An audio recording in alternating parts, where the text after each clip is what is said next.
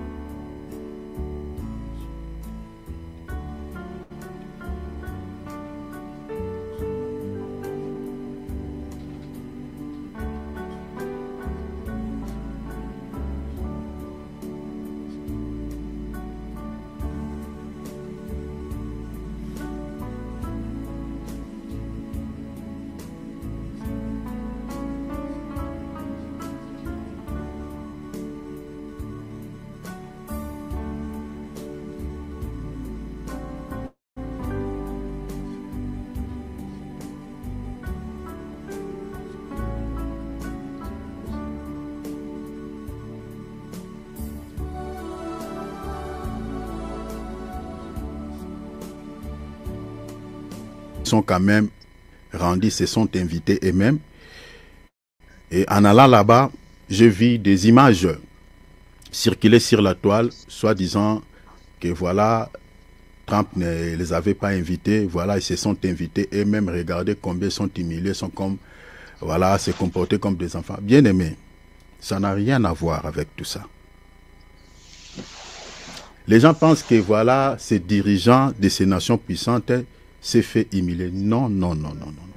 Vous savez, j'ai vu même certains chrétiens qui réfléchissent de la même manière que les païens. Nous sommes des enfants de Dieu, mais bien aimés. Tout ce que ces dirigeants des nations puissantes posent comme geste, posent comme acte, bien aimés, il y a des langages qui se cachent là-bas, des langages, je peux dire, prophétiques, qui se cachent derrière leurs actes, derrière leurs gestes. Parce qu'il faut comprendre que, mes bien-aimés, la fin des temps de l'Église ou la fin de ce monde est caractérisée par les successions des empires jusqu'au dernier empire, c'est-à-dire le royaume du Seigneur Jésus-Christ. Rappelez-vous, dans la Bible, on nous parle de l'empire babylonien, on nous parle de l'empire médo-perse, on nous parle de l'empire grec, on nous parle également de l'empire romain. Il faut comprendre que l'Union européenne, c'est l'Empire romain renouvelé, sous traité de Rome. Je vous avais parlé de cela ici. Je vous avais donné pas mal de détails. Rappelez-vous de cela, il y a des vidéos qui se trouvent sur la toile. Entrez seulement sur notre compte YouTube. L'Union européenne est créée sous traité de Rome. L'Amérique, les États-Unis d'Amérique, ce sont les Anglais, c'est aussi les Européens. Ils sont, je peux dire, ils sont ici de l'Empire romain de l'Occident, qui était détruit en 1400, si je m'abuse, 1476. Non, 476. Pardon, 476, merci mon frère. 476, merci. Donc c'est la même personne. Les Américains et les Européens, ce sont des mêmes personnes. Donc les gens pensent que voilà, en allant en Amérique, chez Donald Trump, c'est fait. Non, non, non, non. Ce sont eux qui vous rigolent. Ils savent ce qu'ils posent comme acte. Ils savent toutes choses. Parce que il faut comprendre que dans la Bible, j'aimerais vous nous dire ici quelque chose par rapport aux prophéties. Dans la Bible, nous avons des prophéties cycliques et des prophéties linéaires. Des prophéties cycliques, ce sont des prophéties qui s'accomplissent et qui s'accompliront. C'est-à-dire qui revient à tout moment. Les prophéties linéaires, ce sont des prophéties qui se sont accomplies, qui ne s'accompliront plus jamais. Prenons par exemple la naissance de Jésus. C'était une prophétie. Et cette prophétie s'est accomplie et ne s'accomplira plus. C'est ça la prophétie linéaire. Mais les prophéties cycliques, quand on parle par exemple des guerres, avant Jésus, il y avait des guerres. Après Jésus, il y a des guerres. Et toutes ces guerres que nous sommes en train de voir, ce sont des prophéties qui sont en train de s'accomplir jusqu'à la fin du temps de l'Église et jusqu'à la fin de ce monde. Donc c'est comme une sorte de moteur qui s'emballe du coup, et puis ça sera la fin de toute chose. Donc ces dirigeants qui étaient allés aux États-Unis d'Amérique, bien aimés, ils savent ce qu'ils ont posé comme acte sur le plan spirituel. Sauf qu'il y a des gens qui n'ont pas des yeux pour remarquer cela. Regardez, lorsque Donald Trump les a reçus dans son bureau, parce que normalement, je peux dire politiquement, Donald Trump ne pouvait pas les recevoir dans les bureaux. Plutôt, ces derniers pouvaient les recevoir dans une salle de conférence comme ça, parce que ce sont des dirigeants des nations puissantes. Mais Donald Trump les a reçus dans son bureau. Bien aimé, sur le plan spirituel, il y a un langage qui est caché là-dessus. C'est ça, je peux dire même une portion de la prophétie du livre d'Apocalypse, chapitre 17, où on voit les 10 qu'on donne leur pouvoir à qui? À la bête. Je nous avais dit ici que la manière dont les choses sont en train d'aller, je vois que la bête sortira de ce coin. Parce que la bête viendra comme un ambassadeur de paix. Parce qu'il faut comprendre que tous les troubles que nous sommes en train de voir à travers le monde, toutes ces guerres, tous ces attentats, et ces rébellions, qui ont créé cela? Qui ont créé cela? Qui sont à l'origine de cela? Ce sont les mêmes personnes-là. Et ça fait partie des prophéties bibliques. Parce que la bête ne peut pas se manifester si la mer n'est pas agitée. La mer, c'est l'image des nations. Apocalypse 17, 15. C'est l'image des nations. Et le vent qui a créé l'irruption sur la mer, je suis dans Daniel chapitre 7, qui a créé l'irruption sur la mer, qui a agité la mer, le vent dans la Bible représente des esprits. Lisez, je crois, les livres de Psaumes ou Hébreux, chapitre 1er, verset 7. La Bible dit les anges sont, les anges sont comparables au vent. Même les démons qui sont devenus, les anges qui sont devenus des démons sont comparables au vent. Cette écriture aussi les concerne. Donc, c'est-à-dire les anges ou les esprits sont comparables au vent. Donc, les vents qui avaient agité la mer dans Daniel 7, ce sont des esprits, vous comprenez, qui sont en train de bousculer ce monde. Pourquoi ils sont en train d'agiter ce monde? Pourquoi ils sont en train de créer des troubles que nous sommes? Parce que ces agitations, ce sont tous ces désordres que nous avons dans ce monde. Pourquoi ils sont en train de créer tous ces désordres? C'est pour manifester la bête. C'est ça ce qui était passé dans les livres de Daniel. Après cette agitation dans la mer, après cette irruption dans la mer, la Bible dit quoi? La bête s'est manifestée. Donc, ce sont ces mêmes personnes, ces mêmes dirigeants qui ont créé tous ces soucis que nous avons dans ce monde. Mais l'objectif, c'est quoi? C'est pour que la bête se manifeste. Maintenant, quand la bête va se manifester, il viendra comme un ambassadeur de paix. Voilà pourquoi vous êtes en train d'entendre actuellement tous ces dirigeants du monde prônent sur la paix. Sur la paix. Maintenant, celui qui accordera la paix à toutes ces nations où il y a des désordres, prenons par exemple comme en RDC, il y a déjà quelques pays où Donald Trump a réglé ces problèmes de désordres, ces problèmes de guerre. Maintenant, là, il est en train de régler avec Poutine pour que la paix soit accordée à l'Ukraine.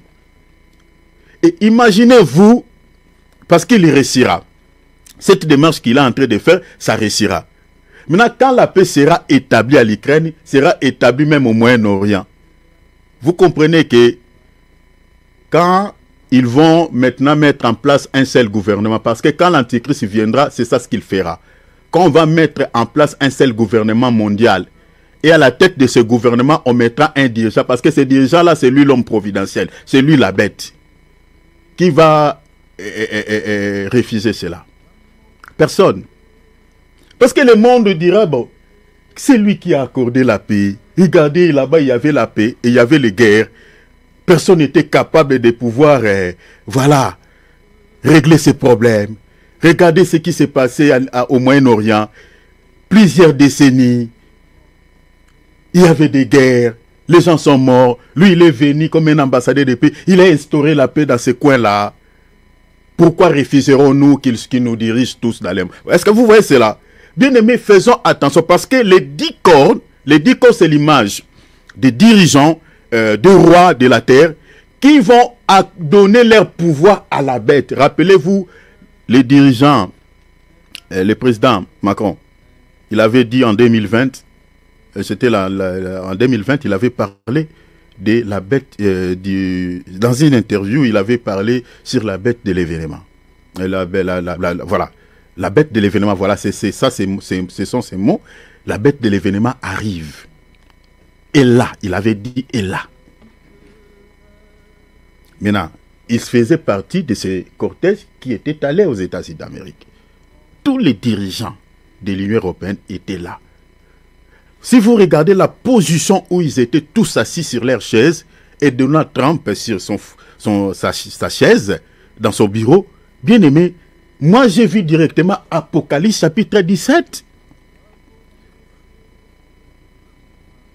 Parce que l'Amérique, comme je viens de vous dire, fait partie de l'Empire romain renouvelé.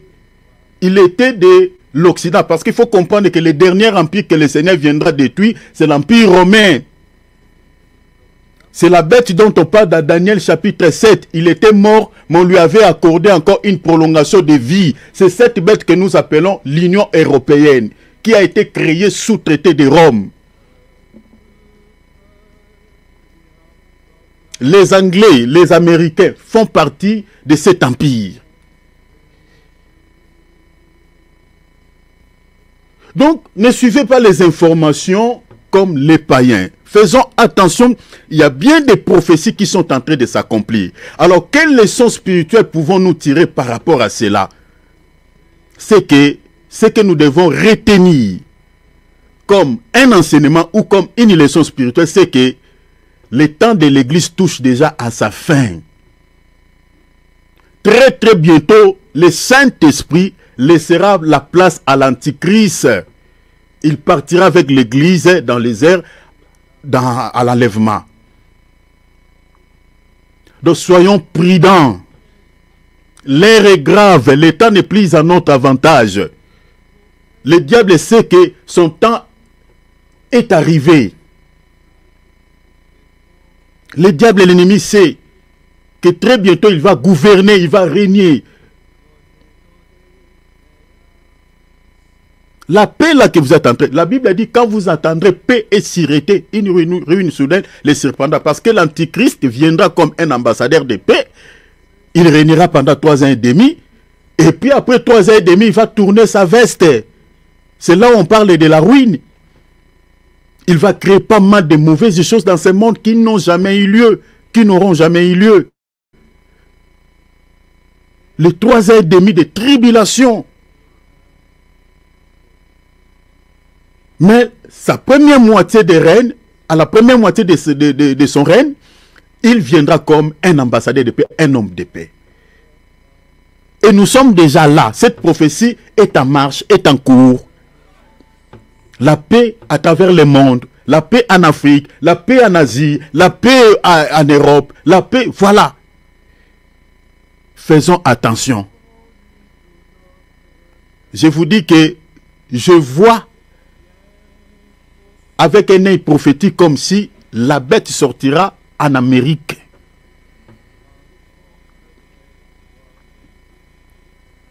Celui qui est en train de diriger l'Amérique aujourd'hui, parce qu'il faut comprendre qu'il a des casquettes. Regardez, dans l'Apocalypse chapitre 17, on avait vu la bête et sur son dos, il y avait une femme. Vous savez que la femme dans l'église représente la religion, représente l'église. Et le dirigeant là, il a aussi ses casquettes. Il a une casquette politique, il a aussi une casquette religieuse. Il faut comprendre les prophéties, il faut bien lire, chers enfants de Dieu. Donc, l'église est tout proche à l'enlèvement. Donc, préparez-vous, sanctifiez-vous. La raison pour laquelle, j'aimerais déjà nous dire d'avance que pendant que je méditais, ce que je voulais partager avec nous aujourd'hui, parmi les grandes lignes, le Seigneur m'a dit, laisse ça. Il m'a donné un autre sujet. Pendant que je dormais, il m'a dit, partager sur l'obéissance à Dieu. C'est ça ce que nous allons partager aujourd'hui. Tout ce que j'avais préparé toute la semaine, le Seigneur m'a dit, laissez ça d'abord. Parlez d'abord sur l'obéissance à Dieu. C'est là où j'ai compris beaucoup de choses. Marcher dans la crainte de notre Seigneur. Très bientôt, l'enlèvement de l'église aura lieu. C'était juste pour nous mettre en garde, nous mettre aux aguets. Quand vous êtes en train de regarder les informations, ne regardez pas comme tout le monde.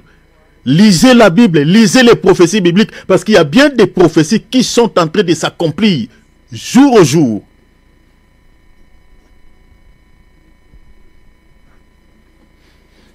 Que Dieu nous sauve. Il est au-dessus. Il ne peut le dépasser. Oh, oh. Il est au-dessus. Nul ne peut le dépasser. Oh. Sois loué, papa. Sois béni. Sois loué, papa. Sois béni. Sois loué. Sois béni. Tu es au-dessus. Nul ne peut te dépasser. Oh. Tu es au-dessus, papa. Nul ne peut te dépasser. Oh. Sois loué, papa. Sois béni. Sois loué, papa. Sois béni. Sois loué. Sois béni. Sois loué. Sois béni. Sois loué. Sois béni. Sois loué, papa. Sois béni. Chers enfants de Dieu, le temps n'est plus à notre avantage, comme je viens de nous le dire tout au début de notre réunion. Prépare ton cœur à la rencontre du Seigneur. Prépare ta vie à la rencontre du Seigneur Jésus. Il revient très bientôt. Je ne veux pas que tu te rappelles de tout ce que je dis ici dans le séjour des morts, comme l'homme riche. Rappelez-vous, je vous avais partagé ici que l'homme riche, dans le séjour des morts, il avait adressé à Dieu le prière comme plutôt notre bien-aimé Bartimée. Père Abraham, aie pitié de moi. Père Abraham, aie pitié de moi. Il a prié deux fois, la Bible dit. Je suis dans Luc 16, 19. Mais aucune de ses prières était exaucée par Dieu. Dieu est le Dieu compatissant quand on est vivant sur la terre. Il est le Dieu compatissant aujourd'hui, dans cette dispensation de la grâce. Bartimée avait prié, le Seigneur l'avait exaucé. Mais ce monsieur dans l'au-delà, après avoir se séparé de son corps, il a fait la même prière que Bartimée. Il a demandé la compassion de Dieu. Il a demandé la miséricorde de Dieu. Il dit, ayez pitié. Ayez pitié, Seigneur. Mais Dieu n'était plus un Dieu compatissant. Bien-aimé, quand on meurt, c'est fini.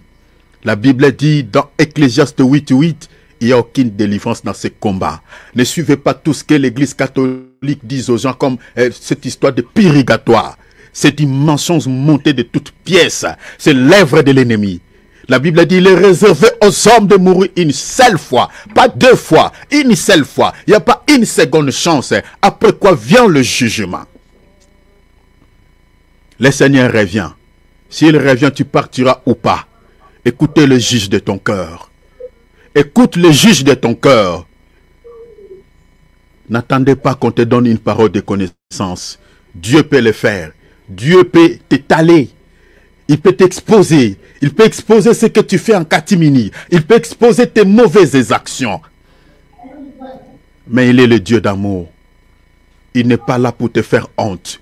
Il n'est pas là pour t'exposer. Mais il veut que tu sois sincère avec toi-même. La Bible a dit, si vos cœurs vous condamnent, Dieu est plus grand que vos cœurs. Nous avons deux juges. Le premier juge que Dieu a placé dans l'homme, c'est son cœur, c'est sa conscience. Parce que quand tu fais le mal, même si tu es en train de mentir devant les hommes, mais c'est juste te dit, tu es coupable. C'est toi qui l'as fait. C'est toi qui as volé. C'est toi qui as tué. C'est toi qui es l'instigateur ou l'instigatrice. C'est toi qui allume le feu. Écoute ce juge maintenant. Parce qu'il revient très bientôt. Il revient très bientôt. Prépare-toi à la rencontre du Seigneur. S'il te plaît, mon frère. S'il te plaît, ma soeur. Le but de ce programme, c'est celui-là. Prépare ton cœur à la rencontre du Seigneur. Répands-toi. Répands-toi. Regarde ta vie. Fais un petit bilan depuis que l'année 2025 a commencé.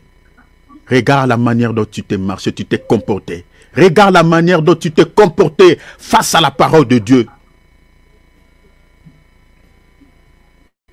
Confesse tes péchés.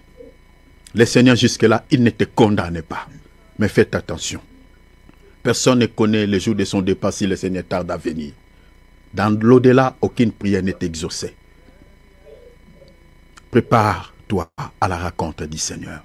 Répands-toi. Confesse tes péchés. Ouvrons nos micros. Prions s'il vous plaît. Prions le Seigneur. Père, si tu te laisses trop dans la chair, ce n'est pas une bonne chose. Parce que les chrétiens charnels n'hériteront jamais le ciel. Ils sont comparables aux enfants et aux femmes. Dans les comptages, Dieu ne compte pas les enfants et les femmes. Je vous ai souvent enseigné cela ici. Une personne qui demeure dans les péchés, un chrétien qui goûte un peu au monde, c'est-à-dire il est là où c'est, tantôt dans les Seigneurs, tantôt dans le monde, il est comparable à un enfant, il est comparable à une femme, parce que la femme c'est la faiblesse, un enfant c'est celui qui est encore au lait, c'est-à-dire il a encore besoin qu'on puisse l'enseigner de premières notions, de notions élémentaires de la vie chrétienne, c'est-à-dire abandonne les péchés, la repentance, la confession. Celui qui est encore à ça, c'est-à-dire c'est un enfant. Parce qu'il y a même des pasteurs qui prêchent la parole, spirituellement sont des bébés, parce qu'ils tombent souvent dans l'adultère avec des femmes d'autrui, avec leurs propres filles qu'ils encadrent à la foi. Mais sois un homme c'est-à-dire deviens spirituel, devenez spirituel. Prie pour ta foi. Qu'est-ce que tu peux comparer avec ton salut? Ma sœur, mon frère, examine, même 2 secondes, réfléchis. Qu'est-ce que tu peux comparer avec ton salut? La vie éternelle pèse beaucoup, pèse plus que de l'argent, pèse plus que les richesses, pèse beaucoup. La vie de ce monde est très courte. Je ne cesserai de le dire ici. Tu es prêt à tout pour gagner de l'argent. Tu es prêt à tout pour avoir de l'argent, pour réaliser, je ne sais pas, ces projets-là. Mais attention, ne pêche pas. Le péché est le seul obstacle qui empêchera les hommes d'avoir l'accès au ciel. Il n'y en a pas 2, 3, 4 choses. La Bible dit, je m'excuse, tous sont péchés et sont privés de la gloire de Dieu. Ce n'est pas 2, 3, 4 choses. C'est seulement le péché qui sera toute une barrière, qui sera tout un obstacle, qui empêchera beaucoup de gens d'avoir accès au ciel. Demande à Dieu qui te donne la vie de prière, la vie de jeûne. Parce que si tu n'as pas l'habitude de jeûner, c'est difficile de vaincre certains péchés chéris. Dans ton cœur, tu sais les péchés que tu n'as pas encore abandonnés malgré tu es dans le Seigneur. Pourquoi tu n'arrives pas à vaincre? C'est parce que tu ne jeûnes pas peut-être. C'est parce que tu pries moins, tu n'as pas vraiment une vie d'intimité avec Dieu. Parce que celui qui peut t'aider à vaincre certains péchés, c'est le Seigneur. Ce n'est pas un pasteur, ce n'est pas qui que ce soit. C'est le Seigneur. Tu dois créer une vie d'intimité avec lui. Sois ami, fais-toi ami de Jésus. Fais-toi ami du Saint-Esprit. Il t'aidera dans beaucoup de choses. Tu as plusieurs amis dans le monde. Tu as plusieurs relations dans ce monde. À part Dieu. À part Dieu. Ta vie relationnelle avec Dieu. Ta vie d'intimité avec Dieu. Et comme ci, comme ça. Tu pries tantôt plus tôt. Tu jeûnes tantôt plus tôt. Tu médites la parole tantôt plus tôt. Mais dans ce monde avec les hommes, avec des humains, tu sais comment entretenir tes relations. Tu sais comment entretenir ton amitié. Voilà, avec tes potes, avec tes amis, avec tes collègues, avec tes camarades. Excepté Dieu. Fais-toi ami avec Dieu. Regarde Abraham. Il était ami de Dieu. Quand Dieu était venu détruire Sodome et Gomorrhe, le Seigneur a dévoilé les secrets de son cœur à Abraham. Il dit, cacherai-je à mon ami? Dieu a dit, cacherai-je à mon ami Abraham ce que je veux faire à Sodome et Gomorrhe? Beaucoup de choses arrivent dans ta vie. Dieu ne te les révèle pas parce que tu n'es pas encore son ami. Dieu ne cache rien devant son ami. Si tu te fais ami de Dieu, il te révélera beaucoup de choses. Parce que devant son ami, on ne cache rien. Même sa nudité. On expose tout. On connaît tout. Parce qu'on est amis. Dieu a dévoilé ce qui était dans son cœur à Abraham. La Bible dit, parce que c'était son ami.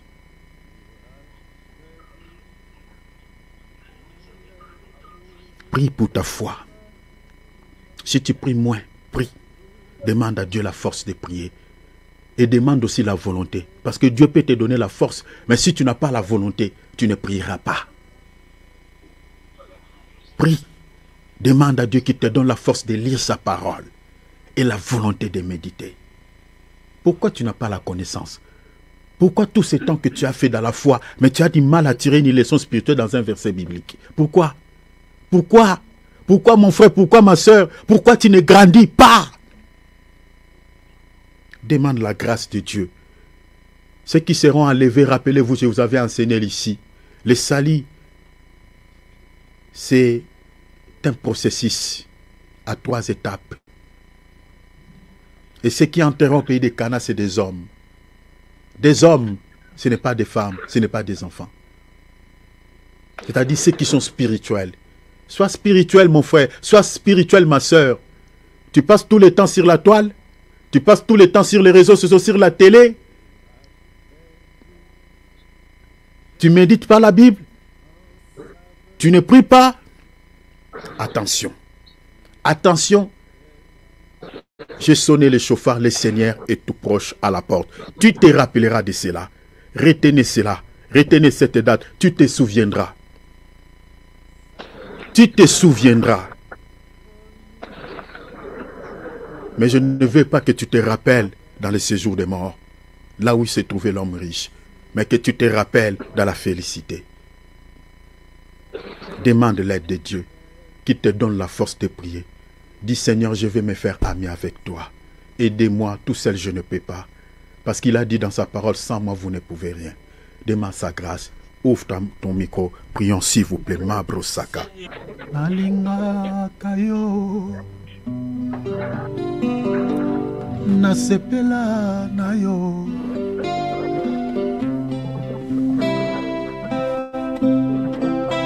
Mettons nos micros à mode silencieux. Préparons nos Bibles.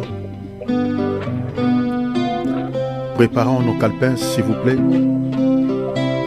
Après ces courtes chansons, on va partager la parole. Mettons nos micros en mode silencieux, s'il vous plaît.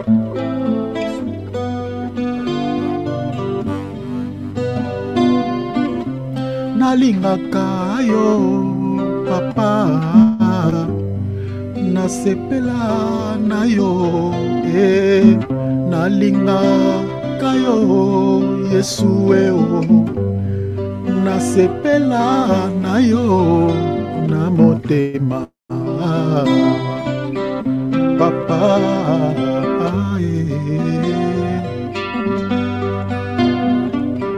tokabwa na teo Yesu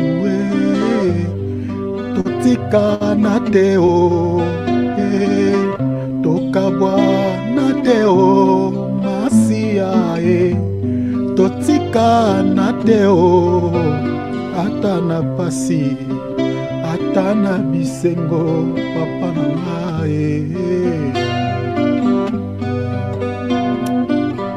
nalinga kayo Yesu nasepela na yo nalinga kayo papa na ngai nasepela na yo na motema papa.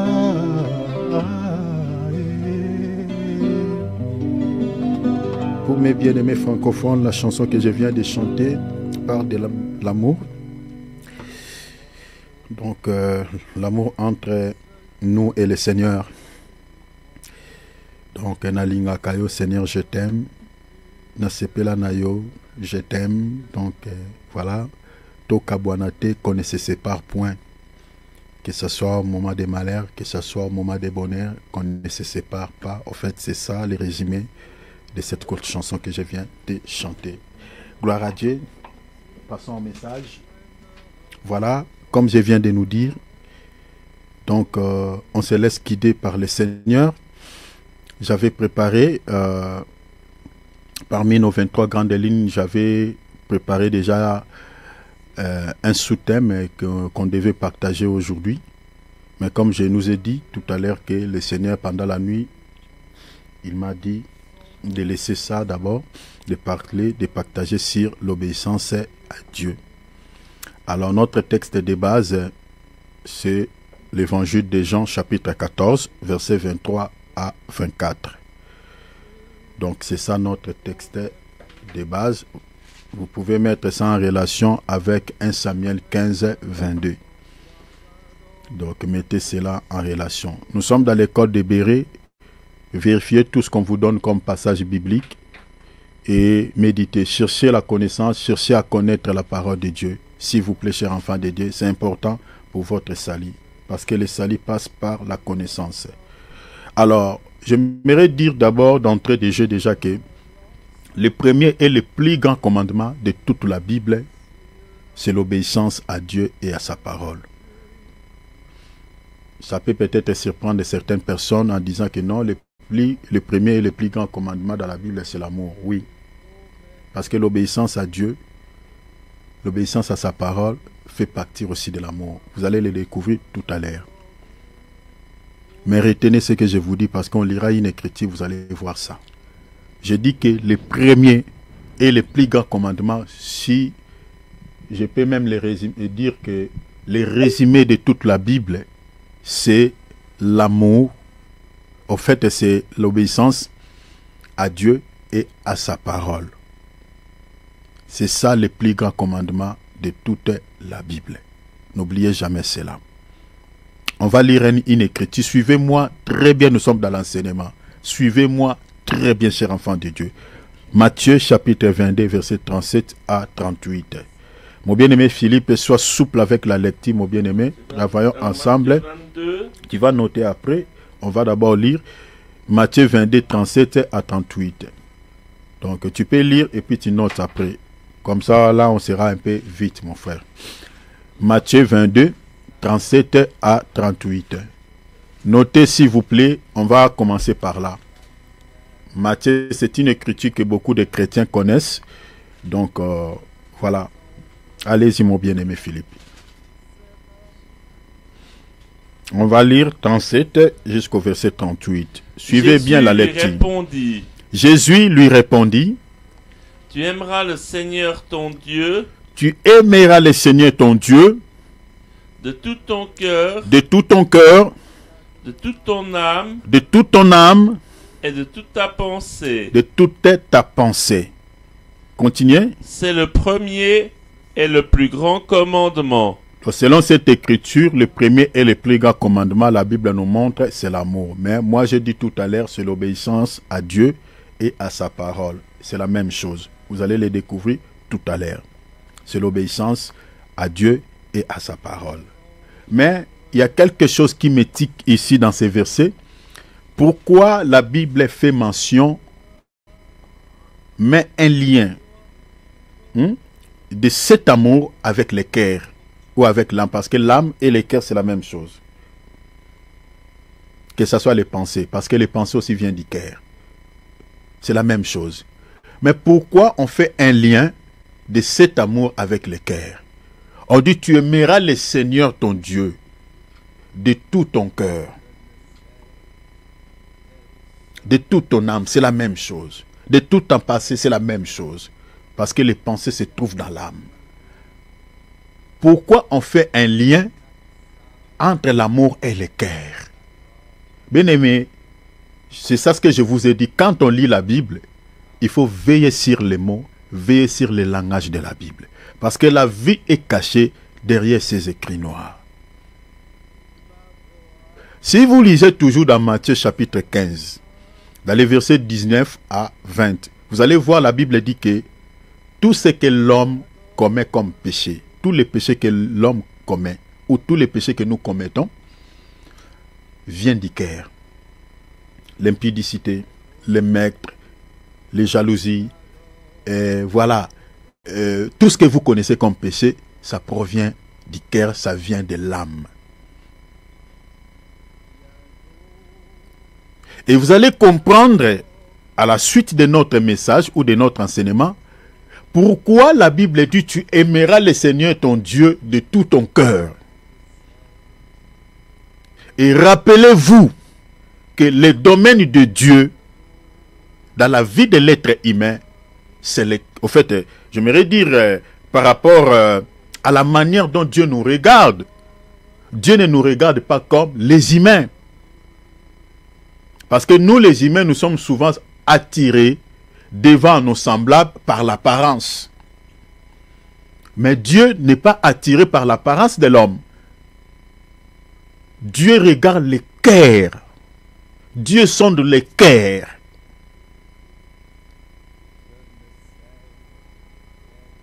Rappelez-vous du prophète Samuel, lorsqu'il était allé dans la maison d'Isaïe pour oindre un roi. Lorsqu'il est arrivé là-bas, il a vu Eliab. Le prophète était attiré par son apparence. Il croyait directement que non, c'est le monsieur dont le Seigneur m'a envoyé pour oindre ici, c'est lui qui sera roi en Israël. Il était attiré par son apparence. Le Seigneur lui dit, attention, ce n'est pas lui. Le Seigneur dit, moi, l'homme regarde à ce qu'il faut plaisir, mais moi, je regarde les cœurs. Cher enfant de Dieu, tu es chrétien par rapport à l'état de ton cœur. Je ne sais pas si vous m'avez bien saisi par rapport à ça. Tu n'es pas chrétien parce que tu fréquentes l'église. Non. Tu n'es pas chrétien parce que tu pries beaucoup. Non. Tu n'es pas chrétien parce que tu jeûnes beaucoup. Non. Tu n'es pas chrétien parce que tu fais beaucoup de bonnes actions à l'église. Non. Tu es chrétien par rapport à l'état de ton cœur, parce que nous sommes chrétiens par rapport à l'état de nos âmes, par rapport à l'état de nos cœurs, parce que Dieu nous connaît par rapport, au fait, l'identité de chaque chrétien est connue devant le Seigneur par rapport à l'état de son âme, par rapport à l'état de son cœur. Nous sommes convertis ou nous ne sommes pas convertis par rapport à l'état de nos âmes. Donc l'âme ici et le cœur, c'est la même chose, mettez comme ça dans vos calepins. Par rapport à l'état de nos âmes. On peut bien chanter, Seigneur, comme je viens de chanter, c'est une chanson d'amour, je parle de l'amour. J'aime Jésus, j'aime le Seigneur. Il y a des chansons, voilà, les chrétiens aiment chanter « Seigneur, je t'aime », tout ça, nanani, nanana. Bien aimé, le Seigneur sait que nous l'aimons si dans nos cœurs, cet amour-là des mères existe réellement. En fait, si vous voulez comprendre bien la pensée de cette écriture, en fait, la pensée cachée de cette écriture, c'est quoi? Tout celui en réalité qui aime Dieu ne peut pas laisser son cœur être logé par les péchés. Est-ce que vous comprenez? Parce que tout celui qui demeure dans les péchés, parce que les péchés c'est quoi? Les péchés c'est la transgression à la parole de Dieu. C'est la désobéissance à la parole de Dieu. C'est ça les péchés. Est-ce que vous comprenez cela?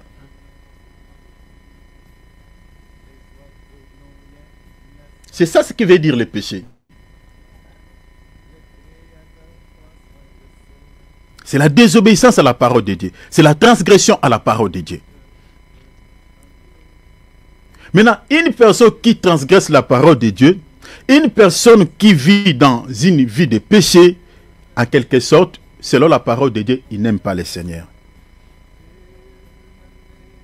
Même s'il dit dans sa bouche comme ça, Seigneur, je t'aime. Le Seigneur, quand il regarde l'état de son cœur, il est dans l'impudicité, il est dans l'adultère, il est dans le vol, il est dans la jalousie, il est dans tout ça. Le Seigneur lui-même sait que tout ce que tu es en train de chanter là dans la bouche, tout ce que tu es en train de me dire là que je t'aime, tu ne m'aimes pas. Tu ne m'aimes pas. Parce que tu transgresses ma parole. Tu ne respectes pas ma parole. Il y a certains qui peuvent dire que, frère, est-ce que aimer Jésus, c'est forcément ce que tu dis là? Oui. Oui. Regardons, on va lire encore un autre témoin. On va lire Jean chapitre 14, versets 23 à 24. Je suis dans la traduction française courant, bien-aimé Philippe. Ici, c'est bien expliqué par rapport à ta traduction. J'aimerais lire ça ici dans le français courant. Vous pouvez lire également dans la traduction Semère, parce que là-bas aussi, c'est traduit tel que moi je voulais. Donc, regarde ici ce qui est dit ici. Notez, hein, Jean 14, 23, 24. Regarde ce que la Bible dit. Jésus lui répondit. C'est lui qui m'aime. Hein, parce qu'il a dit là-bas tout à l'heure, non? Dans Matthieu 22, 39. Tu aimeras le Seigneur ton Dieu de tout ton cœur. Et je dis, aimer Dieu, c'est obéir à sa parole. C'est lorsque nous libérons nos cœurs de toute mauvaise action, de tout péché. Lorsque nous respectons sa parole. C'est ça ce qui veut dire aimer Dieu. Et regarde ici ce qu'il dit dans Jean 14, 23 à 24. Il dit, Jésus lui répondit, suivez-moi ici très bien, je vais toucher une portion de la divinité de Christ. Suivez-moi parce que je ferai un petit ricochet là-bas. De parler un peu sur la notion du Père et Fils. S'il vous plaît, suivez-moi très bien ici. Parce qu'il y a qu'un élément qui est caché ici. Donc, je vais faire un ricochet pour vous aider avec ça. Regarde ce qu'il dit la Bible. Jésus lui répondit. Celui qui m'aime obéira. J'ai mes traductions français courant. Obéira à ce que j'ai dit. Ce que Jésus dit, c'est quoi? C'est qu'il nous demande de faire selon sa parole. Comme nous sommes en train de prêcher là.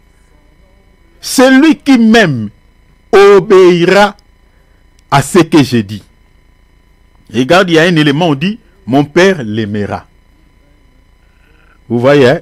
Dieu nous aime quand nous obéissons à lui. C'est réciproque. Quand on n'obéit pas à Dieu, c'est-à-dire on ne l'aime pas. Et en rivage, Dieu aussi nous déteste. La Bible dit, mon Père l'aimera. Regarde maintenant, Jésus dit quoi? Nous. Il parle de... C'est ici, ce sont ces versets qui ont tué les trinitaires. Hein? Les prédicateurs des assemblées de Dieu. Ce sont ces genres de versets. Frère, regarde. Hein? Toi, tu dis que Jésus est Dieu. Mais s'il était Dieu, mais pourquoi ici, il dit moi et les pères? Nous. Mais si vous n'avez pas l'explication, ne discutez pas. Demandez l'explication aux gens qui ont les yeux pour voir les Écritures, peuvent vous aider. Je reviendrai, mais finissons d'abord la lecture. Nous viendrons. Hein? Si vous lisez littéralement, on dirait qu'ils sont vraiment des. Hein? Maman Adrienne, suivez ça bien. Hein? Donc, suivez ça bien, mes bien-aimés. Bien-aimé David, suivez ça bien. Je sais que vous êtes avec ton homo, donc vous me suivez. Suivez ça bien. Bien-aimé Philippe, suivez ça bien. Et ma femme, suivez ça aussi bien. Michael également. Il dit, nous viendrons. Si vous lisez littéralement, on dirait qu'il y a des personnes.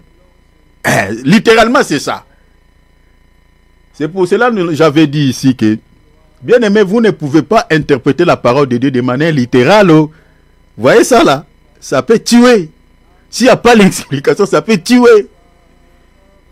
Et Dieu, c'est un Dieu qui se cache. Et si vous n'avez pas cherché à trouver là où Dieu s'est caché dans les Écritures, vous n'avez pas la vie, parce que c'est lui qui est notre vie. Il dit, nous viendrons à lui. À lui là qui? Celui qui l'aime. Celui qui obéit. Hein? Qui lui obéit. Maintenant, il dit, mon Père. Mon Père et moi. Le moi là, c'est le Fils. Hein? Parce que c'est Jésus qui parle. Moi là, le Fils. Mon Père et moi. Et nous habiterons. Nous habiterons. Donc, ils viendront loger. Hein? Donc, nous habiterons chez lui. Alors, vous savez bien, celui qui habite chez nous aujourd'hui, hein, qui habite en nous, c'est le Père et le Fils, non? C'est le Père et le Fils. Mais vous allez comprendre le Père et le Fils tout à l'heure. Ah, ça c'est bien. Verset 24. Celui qui ne m'aime pas. Ah, Jésus dit maintenant, celui qui me déteste n'obéit pas à mes paroles. Bien-aimé, toutes les fois où tu ne respectes pas la parole de Dieu, tu ne mets pas la parole de Dieu en pratique, cela prouve suffisamment que tu ne l'aimes pas, Dieu, tu n'aimes pas. Même si tu chantes Jésus, je t'aime, tu es menteur. Vous savez, il y a plusieurs menteurs même dans la vie chrétienne. Il y a des gens, Dieu lui-même sait que cette fille-là, cet homme-là ne m'aime pas. Mais il est en train de chanter une chanson que Jésus, je t'aime, nanani, nanana. Le Seigneur dit, mais tu es menteur. Tu es menteur. Hier, tu étais sorti avec la femme d'autrui. Hier, tu étais sorti avec un homme qui appartient à une autre femme. Tu es dans les vols, tu es dans les mensonges. Tu ne respectes pas ma parole. Vous avez compris la notion d'aimer Dieu. Hein? Vous avez compris ça, hein, mes bien-aimés. Vous voyez, hein? Aimer Dieu, ce n'est pas des blabla. Oh. Aimer Dieu, ce n'est pas des blabla. C'est pour ça que je vous ai dit tout à l'heure que le premier et le plus grand commandement de toute la Bible, c'est obéir à Dieu et à sa parole. C'est ça ce qui veut dire aimer Dieu. Bien-aimés, toutes les fois où vous ne respectez pas la parole de Dieu, vous écoutez ce que nous sommes en train de dire. Nous sommes en train de vous démontrer toutes choses à la lumière des Écritures. Mais vous restez toujours incrédule. En d'autres termes, vous détestez Dieu. Tu aimes l'autre là. Parce que le péché vient de Satan. Et si tu demeures dans le péché, c'est que toi tu obéis à Satan. Tu obéis à cette voix qui te pousse tout le temps de commettre toutes ces mauvaises actions que tu commettes. C'est celui-là que toi tu aimes. Parce qu'aujourd'hui, si tu poses une question dans toute l'ensemble, tel que nous sommes là, si tu poses la question à tout le monde, est-ce que toi tu aimes Dieu, mon frère? Est-ce que toi tu aimes Dieu, ma soeur? Tout le monde dira, Jésus, il a une place dans mon cœur. Menteur. Si Dieu pouvait exposer nos cœurs là à l'extérieur, on allait voir que ouais, nous n'aimons pas Dieu. Nous n'aimons pas Dieu. Pourquoi? Parce que nos cœurs sont remplis d'amertume. Nous sommes en ennemi avec les autres. Nous détestons nos semblables. Nous sommes dans tout ce que Dieu nous interdit, nous sommes dedans. On ne respecte pas Dieu. On ne respecte pas sa parole. Et quand on ne respecte pas la parole de Dieu, quand on désobéit à la parole de Dieu, Dieu au ciel c'est qu'on ne l'aime pas. Nous ne l'aimons pas. Il a dit ça. Jésus n'a pas mâché les mots. Il dit, celui qui ne m'aime pas n'obéit pas à mes paroles.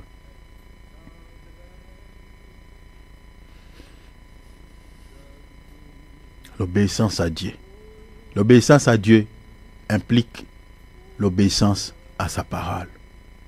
L'obéissance à Dieu consiste à mettre sa parole en pratique. Et tant qu'on ne met pas sa parole en pratique, c'est-à-dire nous détestons Dieu. Et quand on déteste Dieu, c'est-à-dire nous sommes des ennemis. Nous sommes des ennemis. Rappelez-vous, Jacques a prêché dans... Si vous lisez Jacques 4,4, il dit adultère que vous êtes. L'adultère dont Jacques parlait là-bas, ce n'est pas l'adultère d'abord d'aller piquer la femme d'autrui ou un homme marié, non. L'adultère dont Jacques fait mention là-bas, c'est quand on est ami du monde. Quand on est attaché au monde. Quand on est attaché au péché. Quand on est attaché aux mauvaises choses, aux choses de ce monde. Nous sommes adultérins aux yeux de Dieu. Et quand on parle de l'adultère, on parle de l'adultère par rapport à une femme qui est mariée ou à un homme qui est marié. C'est-à-dire nous sommes épouses de Jésus. Et si nous continuons à demeurer, à vivre selon les trains de ce monde, Jésus nous considère comme une femme adultérine.